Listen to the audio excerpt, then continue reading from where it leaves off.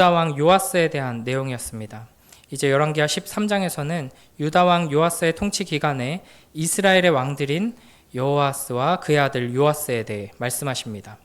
오늘 본문 1절에서는 유다 왕 아하시아의 아들 요아스 제23년에 예후의 아들 여호아스가 사마리아에서 이스라엘의 왕이 되고 17년을 다스렸다라고 말합니다. 2절에는 이 여호아스에 대한 평가가 내려집니다. 그는 여호와 보시기에 악을 행했고 여로보암의 죄에서 돌이키지 않았습니다. 여로보암의 죄란 혼합주의 종교를 의미합니다. 대놓고 우상을 섬기는 것은 아니지만 우상과 여호와 하나님을 겸하여 섬기는 것이죠.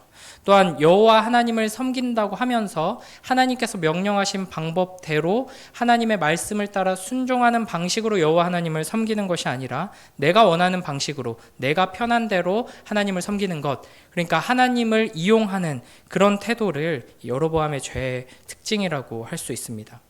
결국 오직 여호와 하나님만 섬기는 것이 아니라 하나님과 더불어 이 세상의 다른 무언가를 섬기는 모든 사람들은 이 여로보암의 죄를 따른다고 할 수 있습니다. 또한 하나님 말씀에 순종하여서 그 명령에 따라서 예배하는 것이 아니라 내가 원하는 대로 하나님을 이용하려는 태도가 우리에게 있다면 그 사람 또한 여로보암의 죄를 따르는 자라고 할 수 있습니다. 우리는 내 안에 이 여로보암의 죄의 모습은 없는지 돌아보며 회개해야 할 것입니다. 여기서 우리가 한 가지 생각해 볼 것은 앞서 열왕기하 10장에서 예후가 종교개혁을 했죠. 그럼에도 이제 여호아스는 왜 그 전통을 따르지 않고 이전의 혼합주의적 종교로 돌아간 것인가 하는 점입니다. 이는 예후가 종교개혁을 했지만 이제 부족한 부분이 있었기 때문이겠죠. 예후는 종교개혁을 하면서 그 여로보암이 만든 단과 베델의 황금 송아지 또 그 모든 제의들을 완전히 없애지는 않았습니다. 그러니까 우리가 이 여로보암의 죄에서 떠나서 하나님께로 돌아가려면, 그러니까 온전한 회개를 이루려면 이 모든 죄들을 단호하게 끊어내야 하는 것입니다. 우상 숭배와 혼합주의는 이 우리의 이 악한 본성과 성공하고자 하는 욕구, 이런 것들과 너무나도 잘 맞습니다. 그래서 그 약간의 조각만 남아 있어도 우리의 심령을 쉽게 흔들어 버리고 우리의 믿음을 무너뜨려 버리는 것이죠. 우리는 완전하게 제거되지 않은 작은 죄의 조각으로 인해서 너무나도 쉽게 이전 상태로 되돌아가 버릴 수밖에 없는 어리석고 연약한 존재다 하는 것을 항상 잊지 말아야 할 것입니다. 그래서 우리 안에 있는 죄의 습관들을 가볍게 여기지 않고 작은 조각 하나라도 없애기 위해 항상 말씀 앞에서 애쓰고 기도하며 힘써야 하는 것이죠. 3절을 보시면 이렇게 여호아스가 여로보암의 죄를 따라가고 거기서 떠나지 않았기 때문에 여호와께서는 이스라엘에게 노하사 이스라엘을 아람 왕 하사엘과 그의 아들 베나닷의 손에 넘기셨습니다. 손에 넘기다라는 표현은 이 전쟁에서 승리를 약속하는 이제 관용적인 표현인데 여기서는 이스라엘의 손에 넘기는 게 아니라 반대로 아람의 손에 이스라엘을 넘기시죠. 그러니까 이스라엘이 번번이 항상 패배했다 하는 것입니다. 이것 또한 하나님께서 이미 이스라엘과 언약을 맺으시면서 약속하신 대로 지금 반응하고 계신 것이죠. 하나님을 바르게 잘 섬기고 순종하면 든든하게 보호해 주신다 약속하셨습니다. 그러나 우상을 숭배하고 하나님 말씀대로 순종하지 않으면 이방 나라를 들어 징계할 것이라고 분명히 약속하셨죠. 이스라엘은 지금 하나님과 맺은 그 약속에 따라 우상 숭배와 불순종의 대가를 아람을 통해 치르고 있는 것입니다. 이런 현실 속에서 마땅한 반응은 우리가 하나님의 언약에 충실하지 않아서 말씀대로 순종하지 않아서 이런 일이 벌어지는구나 하고 더 철저히 회개해야 하는 것이죠. 4절 5절을 보시면 아람 왕이 이스라엘을 압제하는 동안 이스라엘은 경제적으로나 사회적으로 이제 피폐해질 수밖에 없었습니다. 이에 여호아스 왕은 하나님 앞에 엎드려 자비하심을 간절히 구하게 됩니다. 그나마 다행인 모습이죠. 그러자 하나님께서는 이들의 간구를 들어주십니다. 5절을 보면 이렇게 말씀하시죠. 여호와께서 이에 구원자를 이스라엘에게 주시매. 여호아스의 기도를 들으신 하나님께서는 이스라엘을 위해서 구원자를 보내주십니다. 이 구원자는 이스라엘을 아람의 압제에서 구원하여 이스라엘 사람들이 자신의 장막으로 돌아갈 수 있게 해주었습니다. 그러니까 이 구원자가 누구인지는 정확하게 나와 있지 않습니다. 엘리사 그러니까 이 당시에 여전히 사역하고 있었기 때문에 엘리사일 수도 있고요. 이제 당시 아수르 왕을 지칭하는 것일 수도 있습니다. 중요한 것은 구원자가 누구냐가 아니라 이 기도를 들으시고 구원자를 보내셔서 이스라엘을 구원하시는 하나님을 주목하는 것입니다. 우리 하나님은 자기 백성의 기도를 외면하지 않으시는 분이시죠. 우리가 하나님을 사랑하고 이웃을 사랑하며 하나님의 말씀에 충성하는 그때에 우리의 기도를 귀 기울여 들으시고 선하게 응답하실 뿐 아니라 우리가 끔찍한 죄악 가운데 있을 때에도 그 죄의 자리에서 돌이켜 회개할 때 우리의 기도를 귀 기울여 들으시고 구원의 은혜를 베풀어 주시는 놀라운 사랑의 하나님이십니다. 우리의 입장에서는 하나님께 너무나도 오랫동안 멀리 떨어져 있어서 도저히 되돌아갈 수 없을 것 같은 그 자리에서도 돌이켜 회개하며 기도한다면, 하나님을 향해 부르짖는다면 속히 약속하신 대로 응답해 주시는 하나님이십니다. 여기서 중요한 것은 이렇게 우리가 기도함으로 하나님의 은혜를 힘입었다면 우리의 삶이 이전보다는 나아져야 한다 하는 것이죠. 여호와스는 하나님의 능력을 경험했음에도 죄 가운데 머물며 하나도 변한 것이 없는, 전혀 전진하지 못하는 삶을 살았습니다. 오히려 더 깊은 멸망의 수렁으로 치닫게 되죠. 6절, 7절을 이제 보시면 이스라엘은 급박한 상황 속에서 하나님께 부르짖어서 구원을 얻었지만 이들이 하나님께 완전히 돌아선 건 아니었습니다. 어려움이 그치자 다시 이전의 모습으로 되돌아갔고 여전히 여로보암의 죄를 떠나지 않고 그 길을 따르고 있었습니다. 이렇게 이스라엘이 죄를 짓고 하나님께 징계를 받아서 이방 나라의 손에 넘겨지고 또 백성들이 고통 가운데 부르짖자 하나님께서 구원자를 보내셔서 구원하신다 하는 이 이야기의 패턴은 우리가 사사기에서 반복적으로 나타나는 그 패턴으로 또 확인하게 됩니다. 보통 이 사사기의 이러한 이야기의 패턴을 나선형 하향구조라고 부릅니다. 그러니까 하나님의 백성들이 죄를 짓고 하나님께서는 약속하신 대로, 이미 경고하신 대로 징계를 내리시면 고통을 당하고 고통 가운데 이스라엘 백성들은 하나님께 부르짖습니다. 그때 하나님께서는 다시 구원자를 보내셔서 그 고통 가운데 건져주시고 은혜를 경험하게 하십니다. 그러면은 한동안은 하나님 말씀에 잘 순종하면서 평화를 누리다가 다시금 우상숭배에 빠지고 다시 죄로 돌아가서 하나님께서는 다시 또 징계를 하시죠. 이러한 패턴들이 계속 반복되는데 이런 패턴들이 반복되면서 조금씩 나아져야 할 것 같죠. 그래서 죄를 짓는 횟수가 줄어들고 죄의 강도가 약해지고 그러면서 점점 더 믿음에서 자라나야 할 것 같은데 사사기에서 우리가 볼 수 있는 것은 점점 더 죄악이 심해지고 회개의 강도는 점점 더 약해지고 진실되게 부르짖으며 하나님께로 돌아갔다가 이제는 그냥 눈앞에 보이는 문제만 해결하려고 하나님을 이용해 먹는 그런 모습으로 추락하게 됩니다. 오늘 본문에서 이스라엘도 그리고 우리도 마찬가지죠.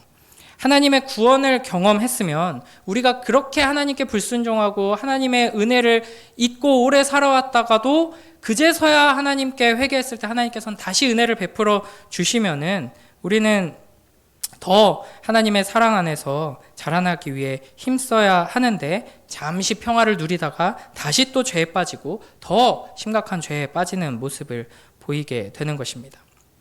결국 이스라엘 백성들은 아람 왕을 통해서 하나님께서 내리신 심판을 받아 멸절당하게 됩니다.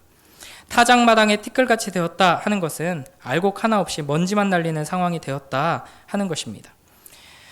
이스라엘 군대는 거의 괴멸되다시피 했습니다.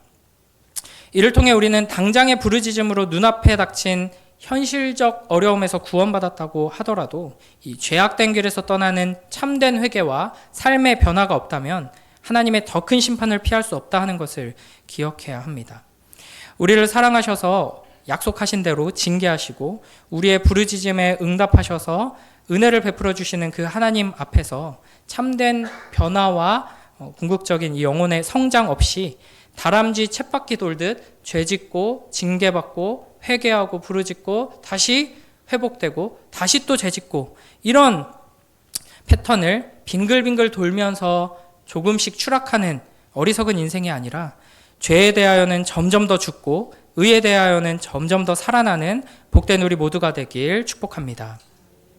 이를 위해서 우리는 하나님께 은혜를 구해야 합니다. 하나님의 선하심을 붙들어야 합니다. 하나님께서는 오늘 이 본문의 이 장면에서도 이스라엘의 그 부르짖음이 참된 회개가 아니었음을 아셨습니다. 당장 눈앞에 펼쳐진 고난과 어려움을 피하고자 하는 얄팍한 기도라는 것을 다 알고 계셨습니다.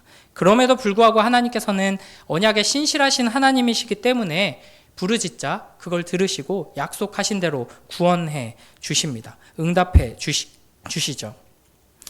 문제는 우리의 이 완악하고 어리석은 죄악입니다. 악한 죄인들은 하나님의 이 놀라운 사랑을 이용해 먹죠. 그러니까 내가 회개하면 은혜를 베풀어 주시겠지, 이 어려움에서 구원해 주시겠지라고 생각하면서 하나님을 마음껏 이용하면서도 나는 하나님 앞에서 전혀 변하지 않으려고 완악한 그 마음과 태도를 견지하고 있는 것이죠. 그러니까 이런 태도가 얼핏 보면 기도도 많이 하고 하나님의 은혜도 많이 누리고 믿음 좋은 사람처럼 보일 수 있지만 실상은 하나님의 징계와 구원의 손길 가운데서 아무것도 배우지 못하고 조금도 전진하지 못하는 아주 어리석고 안타까운 삶의 모습, 결국에는 여로보암의 죄를 따라가는 자들이라고 할 수 있습니다.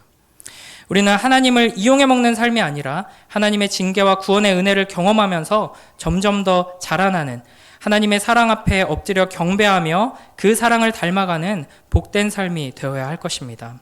이를 위해 하나님의 말씀을 더욱 굳게 붙들고 매일매일 말씀을 듣고 배우고 순종하기 위해 힘쓰면서 그 말씀의 근거에서 우리의 예배가 바로 세워지고 우리의 기도가 더 깊어지고 우리의 삶을 해석하는 하나님의 손길에 대한 바른 교훈을 얻어나가는 복된 우리 모두가 되길 주님의 이름으로 축복합니다.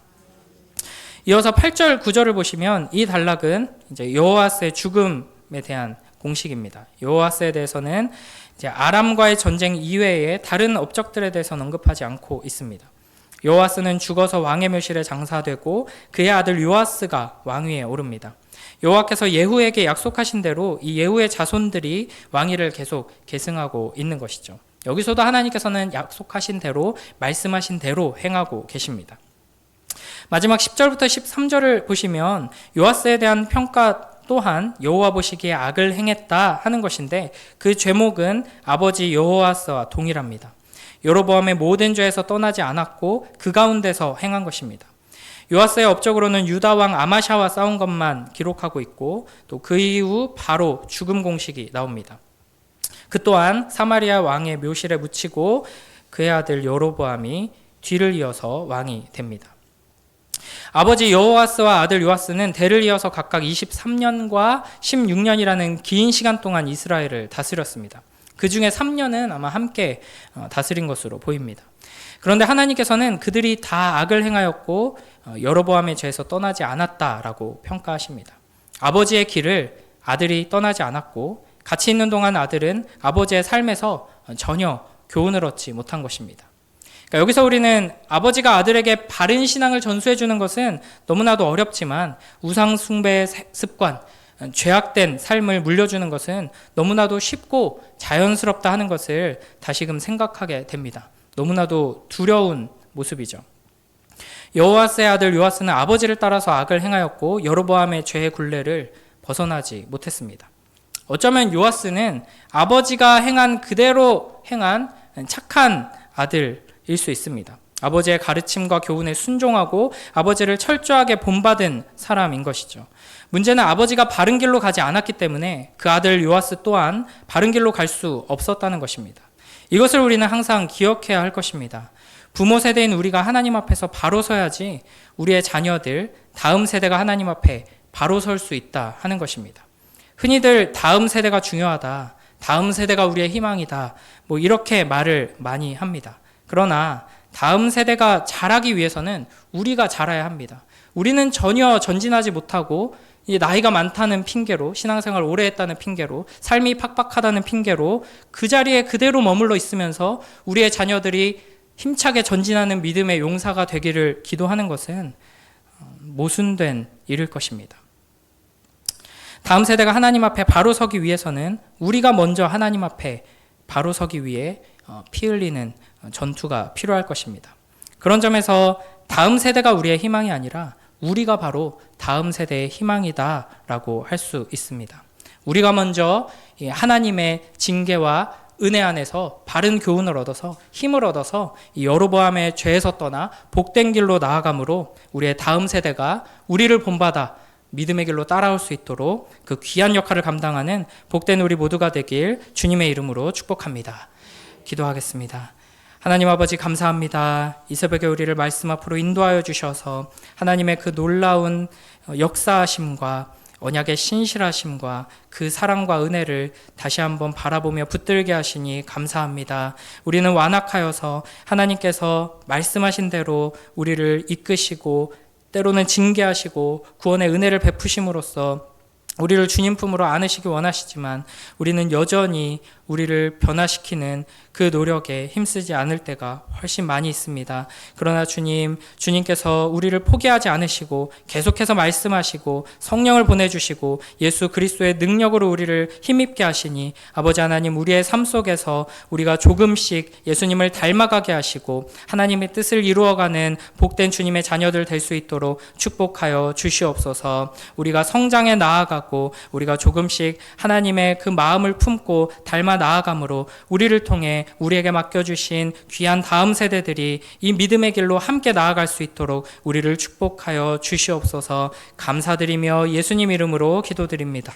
아멘.